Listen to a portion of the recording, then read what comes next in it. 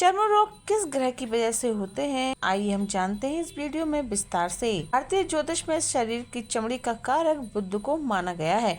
कुंडली में बुध जितनी उत्तम अवस्था में होगा, जातक की चमड़ी उतनी ही चमकदार एवं स्वस्थ होगी।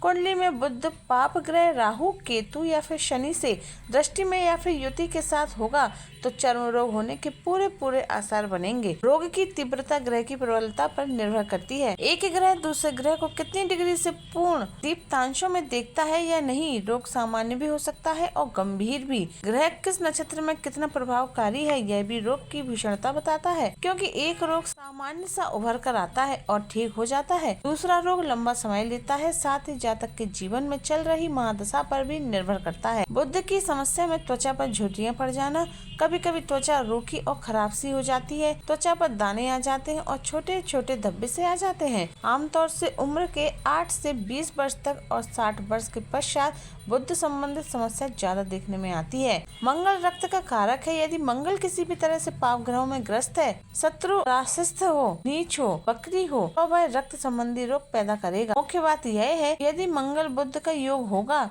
तो किसी भी प्रकार की समस्या अवश्य खड़ी होगी। इसी प्रकार मंगल शनि का योग खुजली पैदा करता है और खून खराब करता है। लग्नेश से किसी भी प्रकार का संबंध होने पर वह अवश्य ही चर्म रोग का कारण बनता है। यदि यह योग कुंडली में हो किंतु दशा अच्छी चल रही हो तो हो सकता है कि वह रोग ना हो जब तक उस ग्रह की दशा अंतर्दशा पुनः न आ जाए। यदि शनि पूर्ण बली हो और मंगल के साथ तृतीय स्थान पर हो, जातक को खुजली का रोग होता है। यदि मंगल और केतु छठे या फिर 12वें स्थान में हो तो चर्म रोग होता है।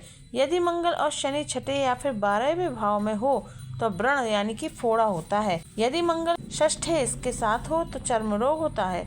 यदि बुध और राहु षष्ठेश और लग्नेश के साथ हो तो चर्म रोग होता है, जैसे कि एक्जिमा जैसा। यदि षष्ठेश पाप ग्रह होकर लग्न अष्टम या दसम स्थान में बैठा हो तो चर्म रोग होता है। यदि षष्ठेश शत्रु ग्रही नीच, बकरी तथा अस्त हो तो चर्म रोग होता है। षष्ठम भाव में कोई भी ग्रह नीच, शत्रु, क्षेत्री, बेकरी अथवा अस्त हो तो भी चर्म रोग होता है। यदि षष्ठेश पाप ग्रह के साथ हो तथा उस पर लग्नस्थ दसमस्थ पाप ग्रह की दृष्टि हो तो चर्म रोग होता है। यदि शनि अष्टमस्थ और मंगल सप्तमस्थ हो तो जातक को 15 से 30 वर्ष की आयु में चेहरे पर फुंसी होती है। यदि लग्नेश मंगल के साथ लग्नगत हो और उसके साथ पाप ग्रह हो अथवा पाप ग्रह की दृष्टि पड़ती हो तो पत्थर अथवा किसी शस्त्र के द्वारा सिर में घाव होता है। इसके अतिरिक्त अशुभ बुध के कारण निम्न समस्याएं भी उत्पन्न होती हैं। समस्याएं हैं तुतलाहट, सूंघने की शक्ति क्षीण हो जाती है, समय पूर्व ही दांतों का खराब होना, मित्र से संबंधों को बिगड़ना, अशुभ हो तो बहन, बुआ और मौसी पर विपत्ति आना,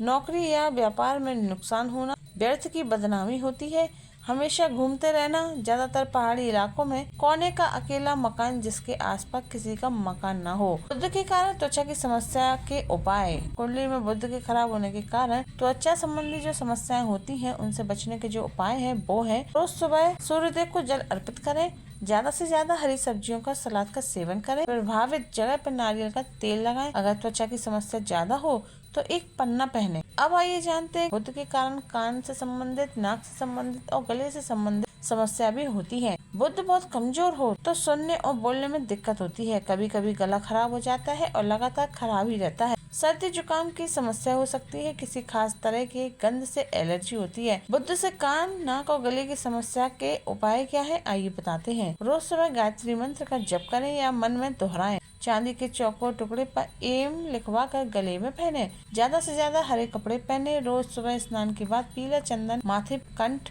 और सीने पर जरूर लगाएं।